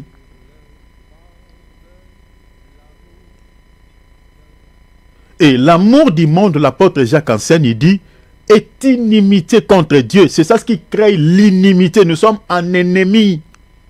Nous sommes devenus avec Dieu comme des ennemis. Dieu ne nous regarde pas comme sa femme, mais à cause de l'amour du monde, à cause de la charnalité, nous devenons ennemis avec Dieu. Parce qu'on les déteste, on ne l'aime pas. Dieu aussi ne fait pas les yeux doux envers nous. Il nous regarde aussi, voilà, pas bien. Voilà pourquoi des fois quand on prie, nos prières ne sont pas exaucées. Parce que vous savez, quand on est ennemi avec quelqu'un, c'est-à-dire vous ne causez pas, non? C'est ça l'inimitié. Quand on est un ennemi avec quelqu'un, c'est-à-dire vous êtes en train de se regarder comme des chiens. On ne se salit pas. On se regarde, voilà, chacun, si toi tu regardes au nord, moi je regarde au sud. Et à quel moment nous sommes ennemis avec Dieu? Quand on est charnel, quand on est ami du monde, on est tout le temps sur les réseaux sociaux, on ne lit pas la Bible, on ne médite pas la Bible, on ne met pas la parole de Dieu en pratique, on devient ennemi. La raison pour laquelle vous voyez aujourd'hui, même dans nos assemblées, la puissance de Dieu est rétrécie. Il n'y a plus la puissance de Dieu, le Saint-Esprit ne se manifeste pas. On prie comme si on ne prie pas, on jeûne comme si on ne jeûne pas. Tout simplement pourquoi? Parce que la charnalité est entrée même dans nos assemblées. Nous avons aujourd'hui des chrétiens charnels. Regarde ici comme nous sommes en Europe. Regarde, allez seulement, demain c'est le dimanche, allez seulement dans une église, regardez la manière dont les sœurs s'habillent. Regardez seulement la manière dont les sœurs s'habillent. Au nom de la chair. Et là, le climat la température est bonne. Mais tu verras que les gens s'habillent comme si... Ils sont dans la boîte de nuit. Ils sont dans la boîte de nuit. Moi, on restera même 2 personnes. Hein. Cela me suffit. Ça sera bon pour moi. En tout cas, je ne tolérerai. Je ne vais pas tolérer de telles tenues, de tels coutrements, tout ça. Vous portez une tenue qui laisse toutes vos parties intimes à l'extérieur. Ah mais non. Non. Je dirais à une maman, toute sœur qui s'habille très mal, vous lui donnez une panne ou une robe longue. Si elle refuse, qu'elle retourne. Qu'elle rentre. Soit on respecte Dieu, soit on ne respecte pas Dieu. Soit on obéit à la parole de Dieu, soit on n'obéit pas à Dieu. Mais nous avons des serviteurs de Dieu qui ne veulent pas dire la vérité aux enfants de Dieu. Qui ne veulent pas dire que ma sœur, tu t'habilles mal. Moi, j'ai béni Dieu, on a eu des encadreurs, en tout cas, que Dieu bénisse ces encadreurs. Dans l'église où moi, je suis sorti là, on a eu des encadreurs. Tu t'habilles mal. il y avait des pannes là-bas, on te donne une panne. Et si tu t'entêtes, on te chasse. Tu ne vas pas assister au culte. Ce n'est pas une boîte de nuit. Tu retournes à la maison. Ou soit tu acceptes d'aller changer ta tenue. Que ce soit les frères. Surtout nous qui étions dans l'intercession là. Ah, on ne jouait pas, hein. On ne jouait pas. Mais aujourd'hui, les églises que aujourd'hui nous constatons dans nos assemblées, bon, je parle de nos assemblées, mais comme je nous avais dit qu'il y a aussi des églises de Satan. Parce que dans une église authentique, une église véritable du Seigneur Jésus-Christ, un serviteur de Dieu vraiment qui a reçu un mandat de la part de Dieu pour diriger le peuple de Dieu, ne peut pas accepter ce genre de comportement. Les sœurs qui s'habillent presque à moitié nus, voilà. Les frères qui ont des coiffures bizarres. Non, non, non, non. Non, non, non, non, non, non. Nous sommes dans l'église de Dieu. La parole de Dieu, la Bible dit, la parole de Dieu est là aussi pour nous corriger. C'est ça ce que l'apôtre Pierre enseigne. C'est pour nous redresser. Il y a des frères qui portent les pantalons fashion. J'ai été une fois scandalisé ici en France. Un homme de Dieu, je vous épargne des circonstances sur lesquelles on était avec, on se retrouvait avec cet homme de Dieu. Mais là où on était avec cet homme de Dieu, lorsqu'il a essayé, en fait, il y avait quelque chose qui était tombé, je pense. Lorsqu'il a essayé de ramasser ce machin, bien aimé, il avait porté d'abord un t-shirt qui était court et tous ses fesses s'étaient exposés. Parce que les pantalons que l'homme de Dieu avait porté, c'était un pantalon fashion, comme on dit. Chers enfants de Dieu, nous sommes enfants de Dieu, nous sommes chrétiens. Quand vous êtes allé acheter un habit, un vêtement, achète un habit digne d'un enfant de Dieu. Nous les chrétiens, on ne peut pas s'habiller de la même manière que les païens. Loin de là. La Bible dit, Malachie 3,18. La Bible, vous verrez de nouveau la différence entre ceux qui servent Dieu et ceux qui ne les servent pas. Entre les justes et les méchants. Il faut qu'il y ait la différence entre notre manière de s'habiller et les païens. Entre notre manière de se comporter et ceux du monde. S'il n'y a pas la différence, eh bien, le jour du jugement, Dieu va nous traiter sur le même pied d'égalité que les païens. C'est ça la vérité. Mais, regardez, je retourne ici pour nous expliquer la notion du Père et le Fils ici. Parce que c'est important de le dire. Regardez, Jésus dit ici, suivez-moi ici très bien, ça me fait la joie, parce qu'il y a quelque chose de secret, de bien ici. Jésus dit, mon Père et moi. Moi là c'est le Fils. Il dit, mon Père et moi, et nous habiterons chez lui. C'est-à-dire tout celui qui obéit à la parole de Dieu, tout celui qui met la parole de Dieu en application, le Seigneur lui promet et dit, nous allons quitter le ciel, moi et le Père, nous viendrons habiter chez toi. Ça c'est magnifique, hein? Dieu fait ton corps le lieu de sa demeure. Mais, attention, le Père et le Fils ici, c'est toujours une seule entité, c'est toujours Dieu lui-même. Il ne faut pas comprendre cela littéralement. Qu'est-ce qui me pousse à dire cela? Notez sur vos calepins. Ce qui me pousse à le dire, parce que dans la Bible, notez cela, chers enfants de Dieu, dans la Bible, la notion du Père et du Fils veut dire Dieu. Notez comme ça, mettez comme ça sur vos calepins. Je parle de la notion du Père et du Fils, selon la Bible, veut dire tout simplement Dieu. C'est-à-dire, si on enlève le Fils, il n'y a pas Dieu. Si on enlève le Père, il n'y a pas Dieu. Donc, ce qui fait que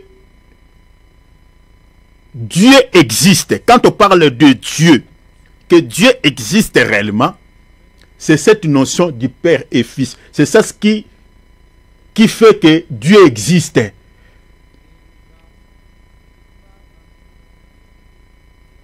Je répète, je dis ceci. Selon la Bible, la notion du Père et du Fils, que cela ne vous complique pas, la notion du Père et du Fils, selon la Bible, veut tout simplement dire Dieu. C'est ça ce qui veut dire Dieu. Quand on parle de Dieu, à l'intérieur de ce nom, il y a Père, il y a Fils. C'est ça ce qui veut dire Dieu. Je vous donne le texte. Allons-y. Lisons 2 Jean, chapitre 1er, verset 9. Bien-aimé Philippe, prends-moi ça rapidement. Lisons 2 Jean.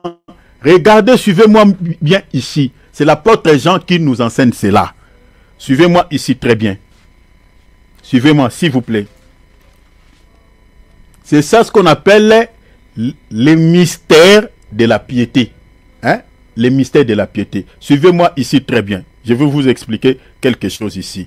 Parce que, regardez, quand on parle, avant que le bien-aimé Philippe fasse la lecture, regardez, la notion du Père explique tout simplement l'esprit. Et la notion du Fils explique la chair. En fait, c'est ça ce qui veut dire Père et Fils.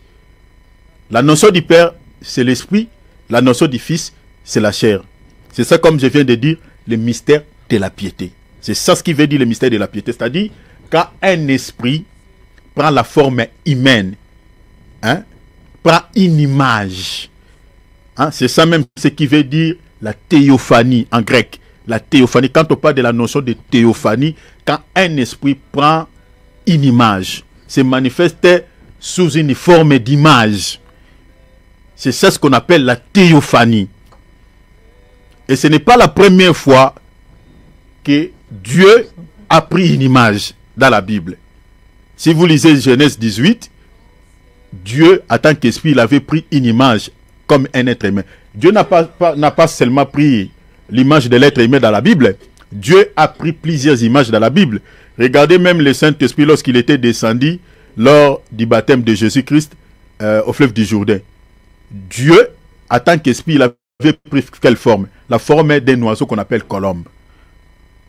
C'est ça ce qu'on appelle le mystère de la théophanie. C'est-à-dire quand l'esprit prend une image.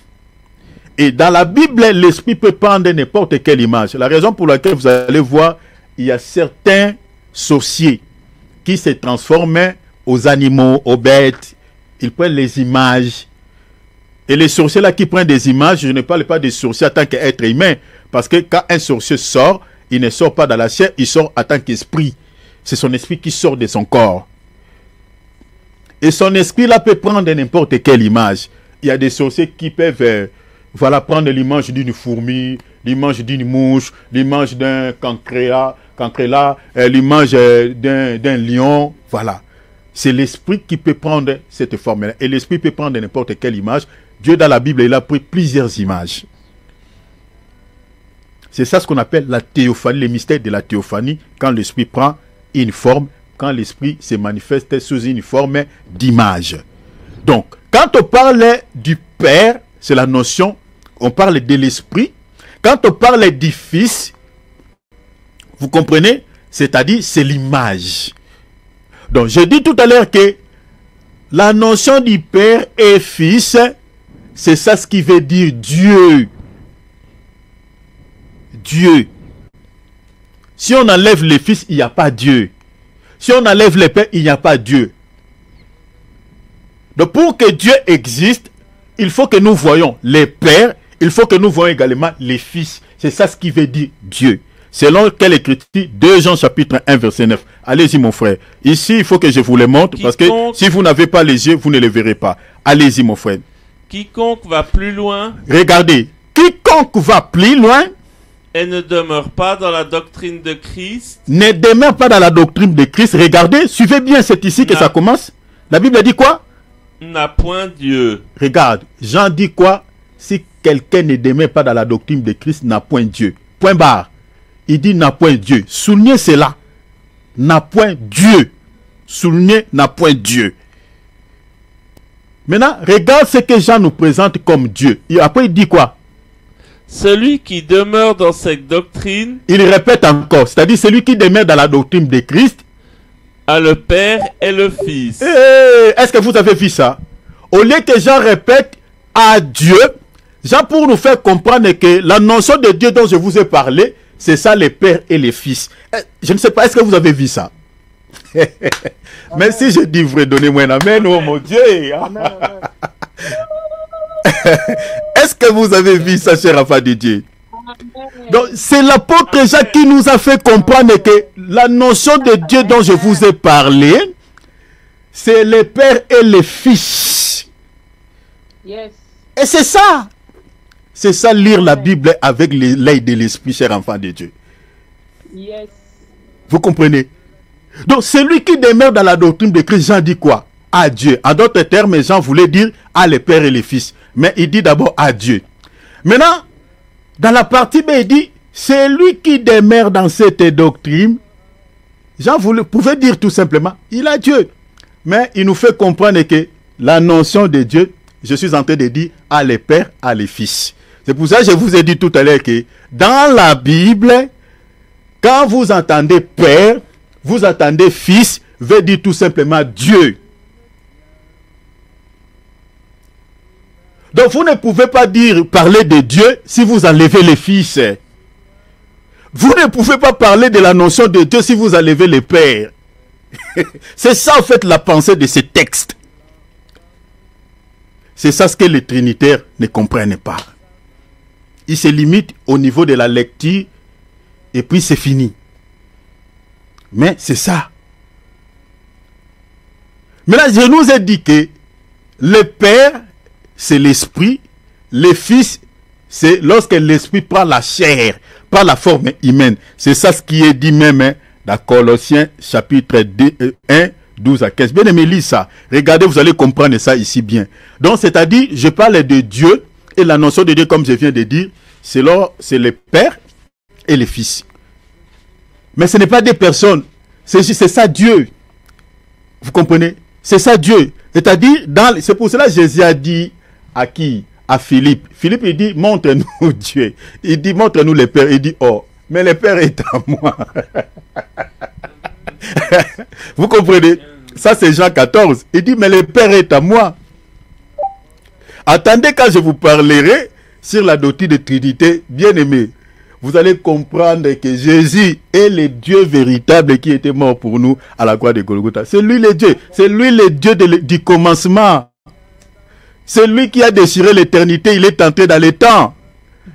Vous comprenez? C'est lui. Ce n'est pas quelqu'un d'autre. Amen.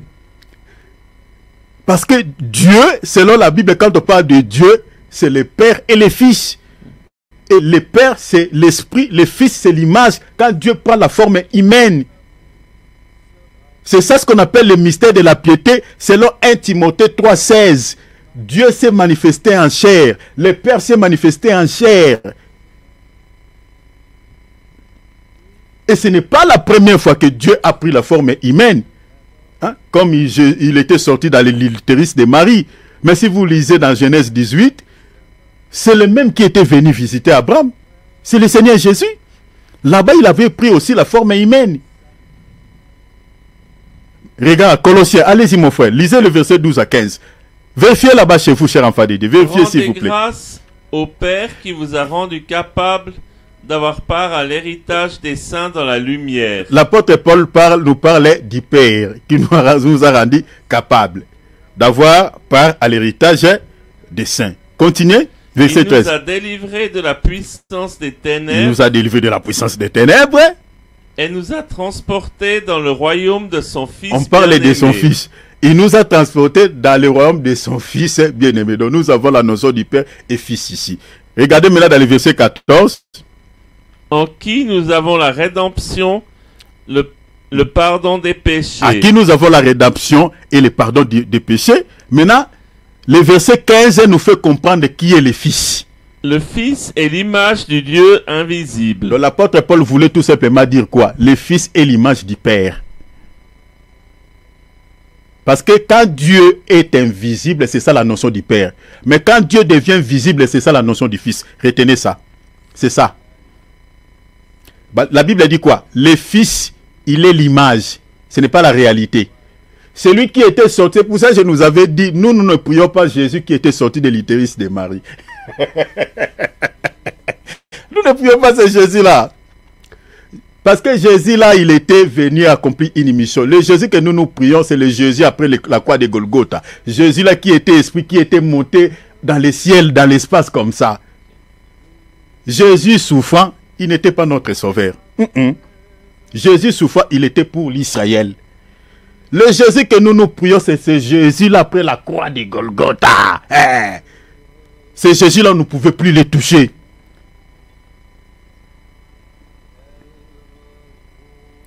La Bible dit le Fils, il est l'image. Bien aimé, quand on lit, il faut vérifier les mots.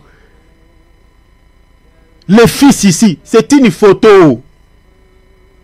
Ta photo n'est pas ta réalité, ma sœur. Ta photo n'est pas ta réalité, mon frère. Jésus là qui a marché sur les avenirs d'Israël, il était l'image. La Bible dit quoi? De celui qui était dans l'invisible. Oh, qui était dans l'invisible? C'est le Père. C'est pour cela qu'il a dit à Philippe, oh, depuis longtemps que je vis avec toi, tu ne m'as jamais connu. Jésus n'a pas dit, tu ne connais pas le Père. Mais quand on lit les Bibles, c'est pour des fois, quand je regarde, je dis, mais les Trinités, qu'est-ce qui monte dans les têtes? Même ceux qui lisent bien les Français, ils ne comprennent pas certains versets. Bon, je ne sais comment dire. Jésus a dit à Philippe, il dit, montre-nous le Père. Il dit, oh, depuis que je vis avec toi, tu ne m'as jamais connu. Donc, celui qui était en face de Philippe, c'était l'image d'un Dieu invisible qui était caché dans ses corps. C'est pour cela, dans Colossiens chapitre 1, verset 9, la Bible dit quoi? En lui, c'est-à-dire en Jésus, habita corporellement la plénitude de la divinité. Quand on parle de la divinité, on parle de Dieu. C'est-à-dire la plénitude de la divinité.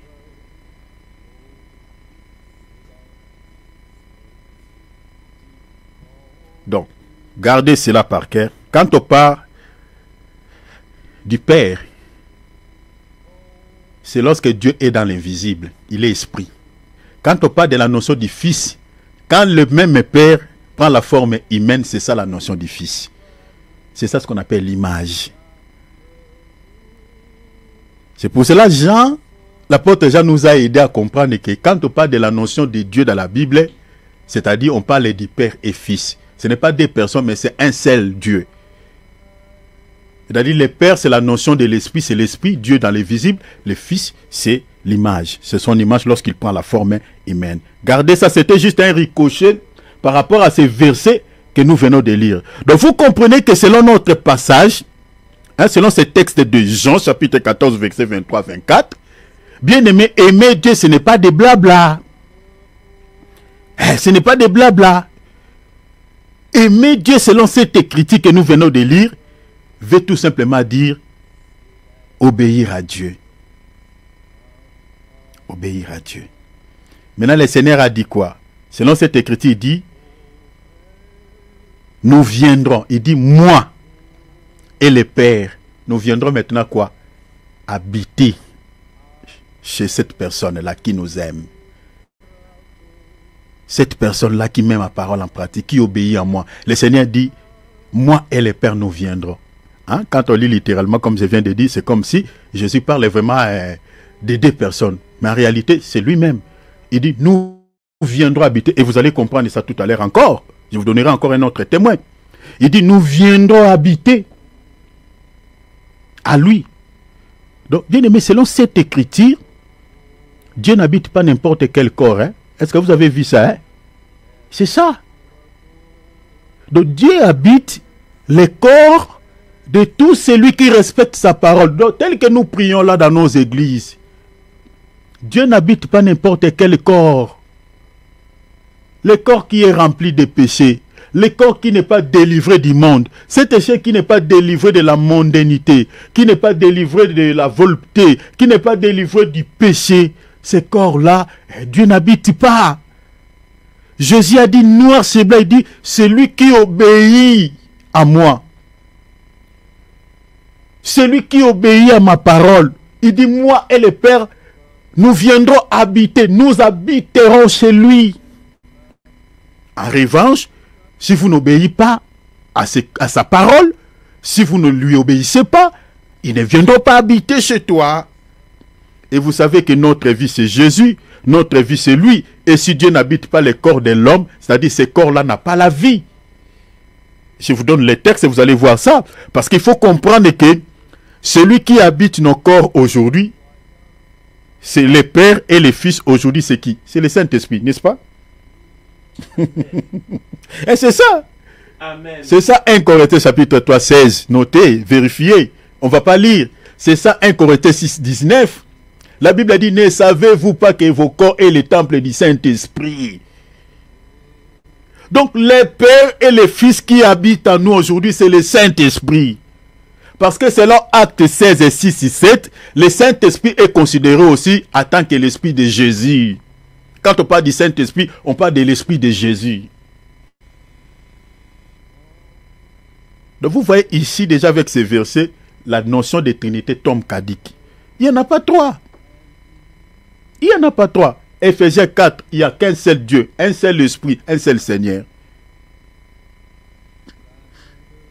Le Seigneur là, c'est lui l'Esprit, le Père. L'Esprit là, c'est ça, les Fils. Mais il faut rassembler les Écritures pour comprendre que on parle d'une seule entité.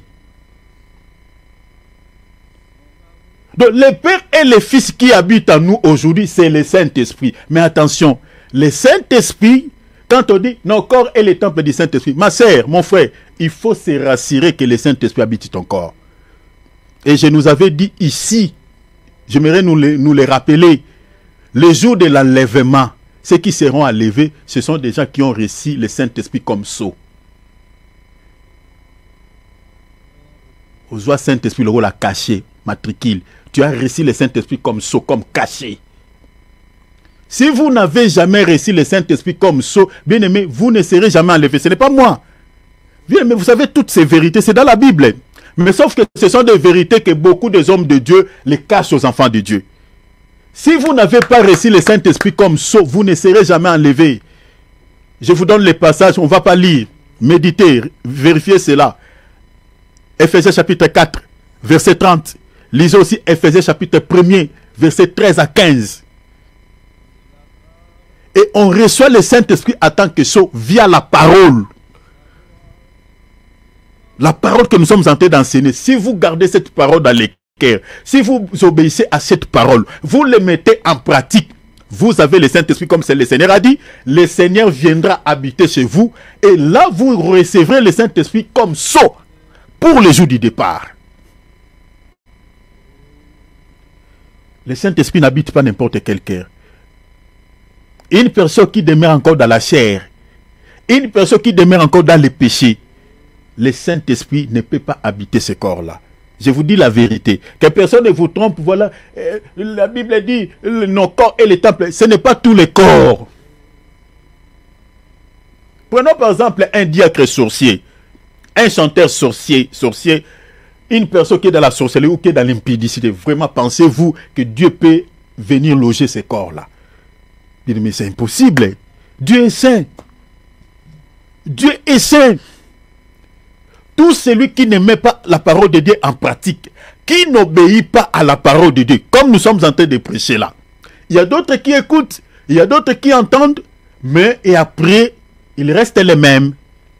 Ils restent les mêmes. Il y a des chrétiens qui se ressemblent, excusez-moi les termes, au canard. C'est-à-dire, vous pouvez bien les laver, mettre l'eau sur son corps. Mais lorsqu'il va bouger seulement ses plumes comme ça, et puis c'est fini, c'est comme s'il ne s'est pas lavé.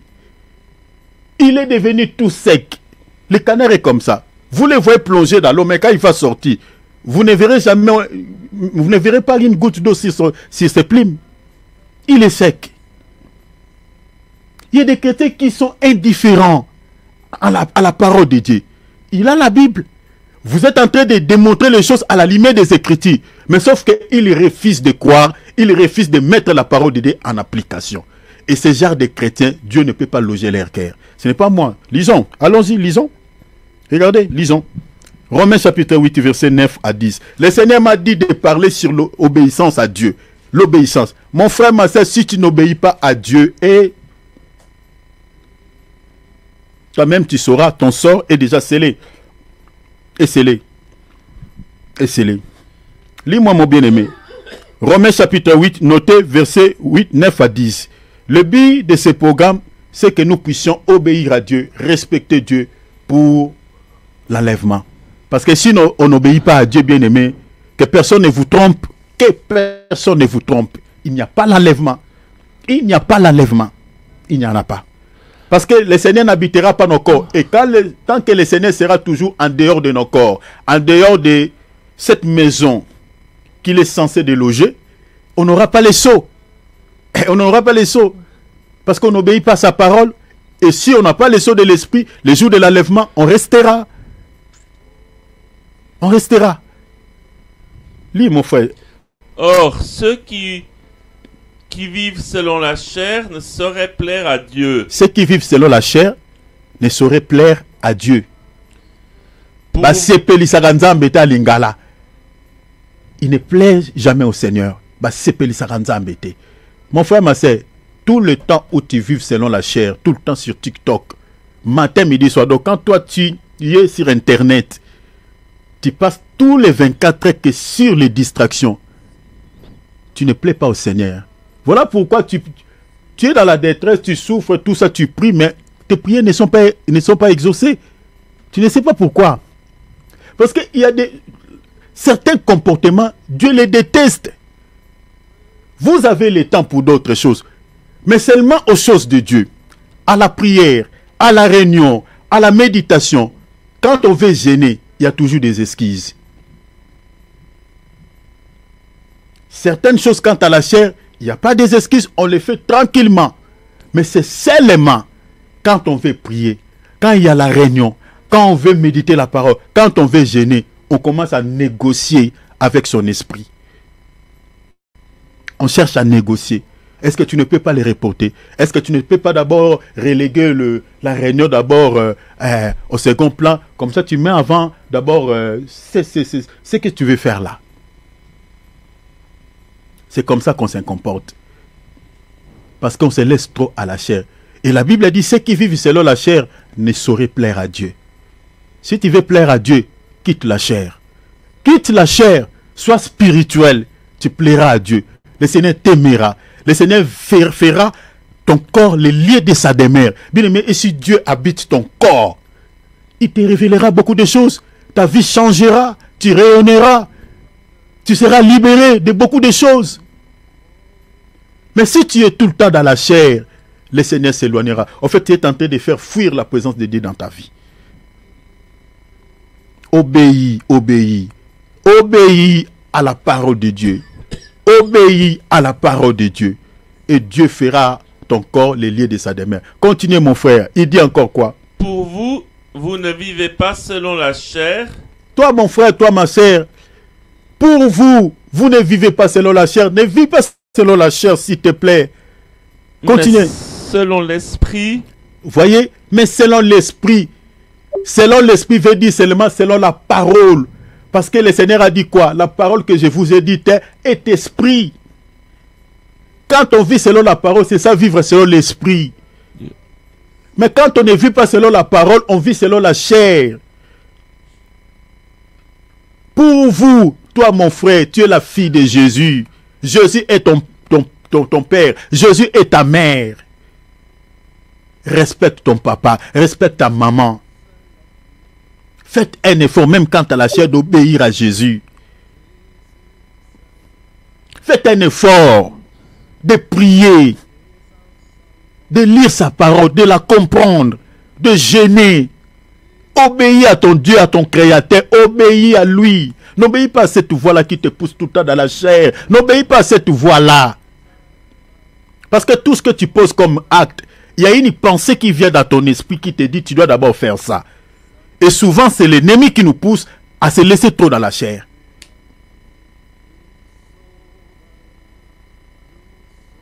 Tu es insensible à la voix du Seigneur. Le Saint-Esprit peut te pousser à la prière, au jeûne, même par rapport à ta situation. Des fois, le Seigneur te parle, mais tu es insensible. Pourquoi? Parce que tu es tellement éloigné du Seigneur, tu es tout le temps dans la chair, et tu deviens insensible à capter les informations que Dieu te donne. Continuez, mon frère. Si du moins l'Esprit de Dieu habite en vous. Voyez, il dit, pour vous, vous ne vivez pas selon la chair, mais selon l'Esprit. Le Seigneur dit quoi? Si du moins. Néanmoins, en d'autres termes, si l'Esprit de Dieu habite en vous. En d'autres termes, si vous n'avez pas l'Esprit de Dieu, impossible de vivre selon l'Esprit. Vous allez se laisser tout le temps dans la chair. En fait, c'est ça la pensée. Est-ce que vous avez vu ça? Donc, c'est-à-dire tous les chrétiens qui vivent une vie très charnelle, une vie en encontre de la parole de Dieu, ce sont des gens qui n'ont pas l'Esprit de Dieu.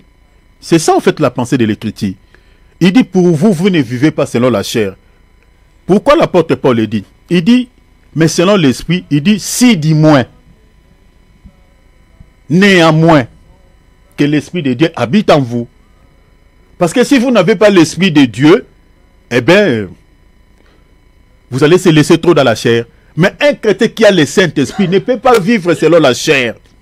Ne peut pas se laisser tout le temps dans la chair. Non. Non, impossible. Impossible. C'est ça en fait la pensée. Pose-toi la question, examine-toi. Est-ce que tu as le Saint-Esprit? Tu as la réponse par rapport à la vie que tu vis. Tu as la réponse par rapport à ton comportement face à la parole de Dieu. Est-ce que tu obéis à la parole de Dieu? Est-ce que tu obéis au commandement de Dieu? Est-ce que tu obéis à ton Père céleste? Est-ce que tu obéis à ta mère qui est le Seigneur Jésus-Christ? C'est lui qui t'a engendré. C'est lui. Tu existes parce que c'est lui qui vit. Tu n'existes pas parce que ton Père a voulu. Non, non, non. Tu existes parce que c'est Jésus qui a voulu que tu existes. Donc il est ton vrai papa. Il est ta vraie maman. Donc s'il y a quelqu'un que tu peux être soumis à lui, c'est lui. C'est lui ta vie. Il est avec toi ici sur la terre, il sera avec toi même dans l'au-delà. Si tu obéis à lui, si tu respectes sa parole. Bien-aimé, il y a l'intérêt que tu te soumets à Jésus. Je ne sais pas. Je ne sais pas. Pourquoi tu ne peux pas obéir à Dieu? Pose-toi la question à un certain moment quand tu es là. Tu dis ça. Moi je suis chrétien, je ne peux pas faire ça. Je ne peux pas vivre comme ça. Je ne peux pas poser ce genre de tel acte. Je ne peux pas détester mon frère. Je ne peux pas détester ma soeur. Je ne peux pas garder la rancœur dans mon cœur. Je ne peux pas ruminer quelqu'un, vivre dans l'amertume. Voilà. Je dois avoir un temps avec mon Seigneur. Tu dois avoir de telles pensées, de telles réflexions.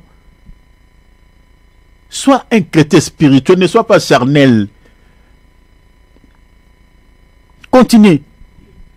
Si quelqu'un n'a pas l'Esprit de Christ, vous voyez, c'est pour cela que je vous ai dit. Appartient pas. Je vous ai dit tout à l'heure que le Saint-Esprit, c'est l'Esprit de Christ, c'est l'Esprit de Jésus. Vous voyez, cette écriture confirme ce qu'on vient de dire. Donc, mettez ces versets, hein, Romains 8, 10, mettez ça en relation avec Actes 16, 6 à 7. Le Saint-Esprit, c'est l'Esprit de Christ, c'est l'Esprit de Jésus-Christ. C'est pour ça que je vous ai dit que la notion du Père et Fils veut tout simplement dire Dieu. Veut dire aussi le Saint-Esprit. Parce que celui qui vient habiter en nous aujourd'hui, c'est le Saint-Esprit. Mais si on obéit à Dieu, si on lui obéit, si on respecte sa parole. Mais regardez quelque chose qui me tique ici dans le verset 10. La Bible a dit, si Christ... non, c'est dans le verset, pardon, combien? C'est dans le verset 10, hein? 9. La Bible a dit, lisez d'abord, relisez s'il te plaît. Si quelqu'un n'a pas l'Esprit de Christ, c'est cette partie que je vais. Si quelqu'un n'a pas l'Esprit de Christ, ça ne lui appartient pas. Oh! Si quelqu'un n'a pas l'Esprit de Christ, en d'autres termes, si quelqu'un n'a pas le Saint-Esprit, il ne lui appartient pas. Hey, ça c'est fort, hein? Vous voyez de telles vérités que les apôtres présentaient aux chrétiens. Aujourd'hui, dans nos assemblées, bien aimé entendre ça. Oh, c'est rare, hein? C'est rare. C'est rare. Les apôtres ne cachaient rien aux enfants de Dieu. Si vous n'avez pas le Saint-Esprit, vous n'appartenez pas à Dieu. Vous n'appartenez pas à Jésus. Nous appartenons à Jésus si l'Esprit de Dieu est en nous. Mais à quel moment l'Esprit de Dieu est en nous? L'Esprit de Dieu demeure en nous, habite en nous, si nous obéissons à Dieu, si nous lui obéissons, si nous mettons la parole de Dieu en pratique. Bien aimé, tant que nous ne mettrons pas, on ne mettra pas la parole de Dieu en pratique. On est là comme l'apôtre Jacques dit, nous sommes comme des auditeurs oubliés. Nous écoutons la parole et après un temps, on oublie ce qu'on avait prêché. On ne met pas en application la parole de Dieu. Bien aimé, on ne peut pas espérer à l'enlèvement. Pourquoi? Parce qu'on n'a pas l'Esprit de Dieu. On ne peut pas espérer à l'enlèvement. Bien aimé, l'obéissance à Dieu, c'est pour notre intérêt. Quand on obéit à Dieu, Dieu fera nos corps les lieux de sa demeure. Pourquoi Dieu viendra habiter en nous? Pour nous donner les sceaux pour les jours de l'enlèvement. Parce que si on n'a pas les sceaux, on n'a pas reçu le Saint-Esprit comme sceau, l'enlèvement, on ne sera pas enlevé. On ne sera pas enlevé. C'est compliqué. Retenez ça. Il y a l'intérêt d'obéir à Dieu. Il y a l'intérêt d'obéir à sa parole. Il y a l'intérêt de mettre la parole de Dieu en application. Tout ce que la Bible interdit, bien aimé, ne le fait pas. Ça ne sert à rien d'être hypocrite, bien aimé. Je vous ai dit tout à l'heure, le domaine de Dieu, c'est le cœur. Vous savez, dans nos assemblées, les hommes de Dieu, des fois, donnent certaines tâches à certains frères, à certaines sœurs, parce que, voilà, ils le voient motivé, voilà, elle est tout le temps à l'église, elle fait ça. Ça, c'est les hommes de Dieu. Il y a des frères que les hommes de Dieu aiment tant, il y a des sœurs que les hommes de Dieu aiment tant. Mais Dieu n'est pas comme ça. Parce que nous, les hommes de Dieu, nous regardons par l'apparence. Mais Dieu, son domaine, c'est le cœur. Dieu nous connaît par l'état de nos cœurs. Dieu nous connaît par l'état de nos âmes. Si nous lui obéissons ou nous lui obéissons pas, Dieu connaît. Donc si tu es hypocrite devant Dieu, tu es en train de passer ton temps dans les choses de Dieu. Retourne dans le monde, allez savourer la vie de ce monde. Parce que quand tu as la chair, c'est quand même bien. Comme il fait chaud là, tu prends un peu l'apéro avec une copine à côté, ça fait bien. Quand tu as la chair, hein, ça fait bien. Tu as une copine à gauche, tu as une copine à droite, tu as un compère pour une sœur, voilà. Tu as plusieurs partenaires, tout ça. Tu vis ta vie, tu savoures la vie de ce monde. Sauf que c'est pour aller où? Pour aller en enfer, passer toute ton éternité. C'est ça la finalité. Parce qu'il n'y en a pas d'autre. Mais nous sommes privés de toutes ces choses pour obéir à la parole de Dieu. Pour marcher dans la crainte de notre Seigneur. Bien-aimés, respectons. Restons, demeurons dans la parole. Arrêtons de dire tout le temps seulement, voilà, Seigneur, je t'aime, je suis ta fille, nanani, nanana. Non, regarde ton cœur. Est-ce que ton cœur est lavé? Surtout nous là, nous qui sommes nés avec des frères, avec des sœurs. Dans plusieurs familles, il y a des problèmes. Mais toi, en tant que chrétien, tu dois savoir comment tu dois te comporter vis-à-vis des membres de ta famille. Tu ne peux pas vivre en inimitié avec les membres de ta famille. Non, toi tu es enfant de Dieu. Tu es enfant de Dieu. Même si tu as raison, tu dois chercher comment tu peux vivre avec eux. Soyez humble. Tu peux récupérer même quelque chose que tu as raison, tu récupères ça comme une faute. Tu dis j'accepte, mais pardonne-moi. Pour créer juste une bonne intimité, un bon climat avec les membres de ta famille. Moi, votre foi, je suis né d'une famille nombreuse. C'est comme ça que je me comporte. Il y a des choses qu'on dit sur moi qui ne sont pas vraies. Parce que dans nos familles, là, nous recevons aussi des combats. Hein. Mais tu dois savoir comment est-ce que tu dois vivre. Parce que ton comportement peut aussi sauver une âme dans ta famille. Mais souvent, nous avons des chrétiens, à l'église, ils se comportent bien, mais dans sa famille, et ils ne causent avec personne. Là-bas même, on ne croit pas à sa foi. Faisons attention. Faisons attention. La Bible dit, aimez vos ennemis, aimez même ceux qui vous persécutent. Nous devons manifester l'amour, respecter cette écriture. Même si ton père ou ta mère est sorcier, ou elle est sorcière, ou ta sœur, je ne sais pas, il est qui, je ne sais pas. Il t'avait fait un mal, je ne sais pas. Tu es condamné à l'aimer, à être bien avec lui. S'il est dangereux pour toi, tu peux garder la distance, mais tu ne peux pas garder la haine, parce que c'est ça aimer. Tu ne peux pas garder la haine dans ton cœur contre lui ou contre elle. C'est ça ce qui veut dire aimer.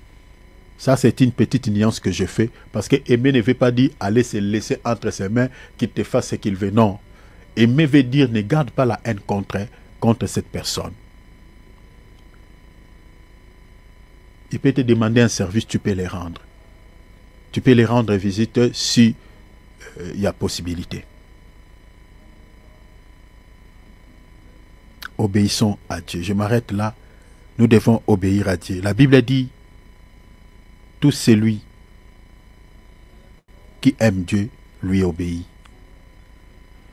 Lui obéit. Et les pères et les fils, que j'explique, Dieu ou le Saint-Esprit, habiteront son corps. Et si le Saint-Esprit habite votre corps, la Bible dit c'est que votre corps est vrai et vous allez recevoir le sceau de l'Esprit pour les jours de l'enlèvement. C'est-à-dire votre salut est garanti. Mais si le Seigneur n'habite pas en vous, la Bible dit vous ne l'appartenez pas. Vous ne l'appartenez pas. Gardez ça dans votre esprit. Tant que vous n'obéissez pas à la parole de Dieu, vous ne respectez pas Dieu, vous n'obéissez pas à Dieu, le Seigneur vous considère comme un étranger, vous ne lui appartenez pas. C'est ça en fait la pensée de l'Écriture. Voulez-vous appartenir à Dieu? Obéissez à sa parole. Respectez Dieu. Ce que ses serviteurs prêchent comme évangile pour votre salut, mettez-les en application. Jacques dit, Jacques 1, 22, ne vous bornez pas seulement à écouter. Ne soyez pas seulement des auditeurs, vous écoutez trop, mais vous n'appliquez pas. L'apôtre Jacques dit, mettez en pratique la parole de Dieu. Mettez en application la parole de Dieu. Mettez en exécution cet évangile. Parce que si vous les mettez en pratique, c'est à ce moment-là, Dieu regarde et dit, vous obéissez à ma parole. Vous m'obéissez. Et le Seigneur accomplira ce qu'il a dit. Il viendra loger ton cœur. Et quand il viendra loger ton cœur, tu seras ami de Dieu et tu recevras le sceau de l'Esprit. Je ne sais pas à quel moment, sur quel point le Seigneur t'a parlé, mais retenez, demain l'homme de Dieu Alex interviendra et j'aimerais donner déjà un petit communiqué ici, mais retenez que moi et vous, on va se retrouver à partir du mercredi et là, je parlerai toujours sur l'obéissance à Dieu, je parlerai sur l'appel au salut avant les services. Et c'est là où je partagerai avec nous sur l'écriture que je nous ai donnée de 1 Samuel. De 1 Samuel, cette écriture, plutôt de 2 Samuel. Non, oui, exactement. De 1 Samuel, chapitre 15, verset 22. Je parlerai sur l'appel au salut avant les services. Il y a des chrétiens qui pensent que c'est sacrifier pour Dieu, chanter pour Dieu. Voilà, les sacrifices, c'est ça ce qui va l'accorder le salut. Non, te trompe-toi. Chanter pour le Seigneur, visiter les malades, aider les pauvres, faire tout ce que vous êtes en train, les services, ne sauvera personne, n'accordera l'accès au ciel à personne. Parce qu'aujourd'hui, nous avons des chrétiens qui aiment servir Dieu que de travailler sur leur salut. Et je parlerai sur l'appel au salut avant les services. Ça, je parlerai par la grâce de Dieu le mercredi prochain. Ne manquez pas, c'est très important. Je nous révélerai par la grâce de Dieu encore d'autres détails par rapport à l'obéissance à Dieu. Alors, dès à présent, petit communiqué avant de prier, dès à présent, notre programme est resté fixe. Il n'y aura plus de pauses comme on vient de faire récemment ici, donc cette semaine. Donc le mercredi des intervalles, il n'y en aura plus. Donc on se réunira chaque samedi, chaque dimanche, donc chaque samedi à 15h, heure de France, 14h, heure d'Afrique.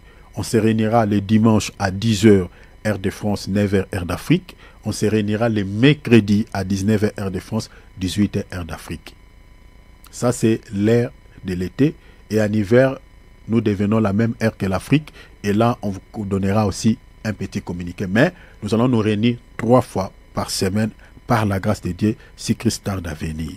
Donc notre programme est resté désormais fixe. Il n'y aura plus des intervalles. Aimez cette émission, ce programme, partagez les liens avec les autres pour pouvoir écouter ce que nous sommes en train de partager, cet évangile d'Issali. Alors, ouvrons nos micros, nous allons prier le Seigneur.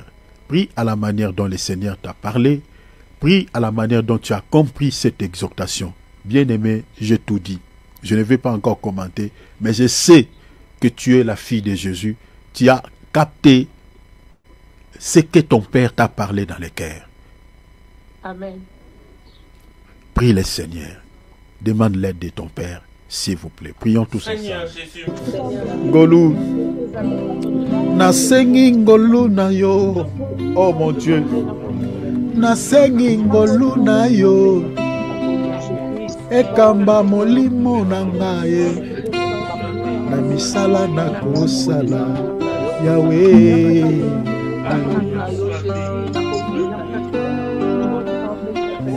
Alléluia.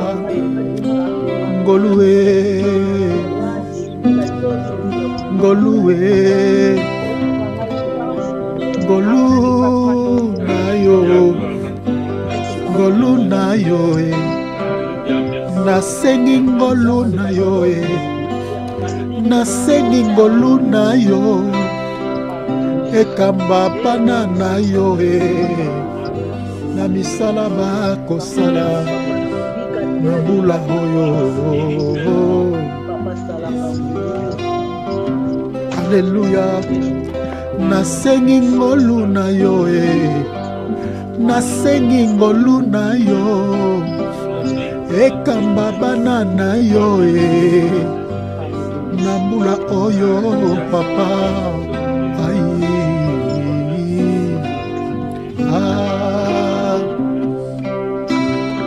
Ngoluwe, Ngoluwe, Ngolu, Ngoluwe na yo, Ngolu na yo, papa. L'homme de Dieu, bénissez-nous, s'il te plaît, l'homme de Dieu, Alex. Bénis les enfants de Dieu, s'il te plaît, l'homme de Dieu.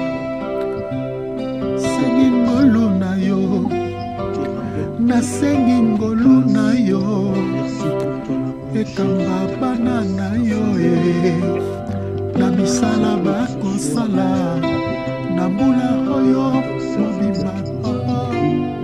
Bénis sa famille, ses enfants, sa femme, ses projets. Na yo Seigneur, merci pour ekamba bana na yo que l'obéissance Ngoluwe na yo Ngolu na yo ekamba fana na yo ekamba baleki na yo ekamba bana na yo na misala bakosala ta grâce dans nos vies, dans tout ce que nous oyo faisons, na bibembo bakosala ta grâce, na mbula oyo ta grâce, papa frères et ma soeur, au nom de Jésus, tout le plan de l'ennemi, Ngoluwe qui reste pour finir cette année, Ngoluwe le programme, le monde des ténèbres, Ngolu na yo papa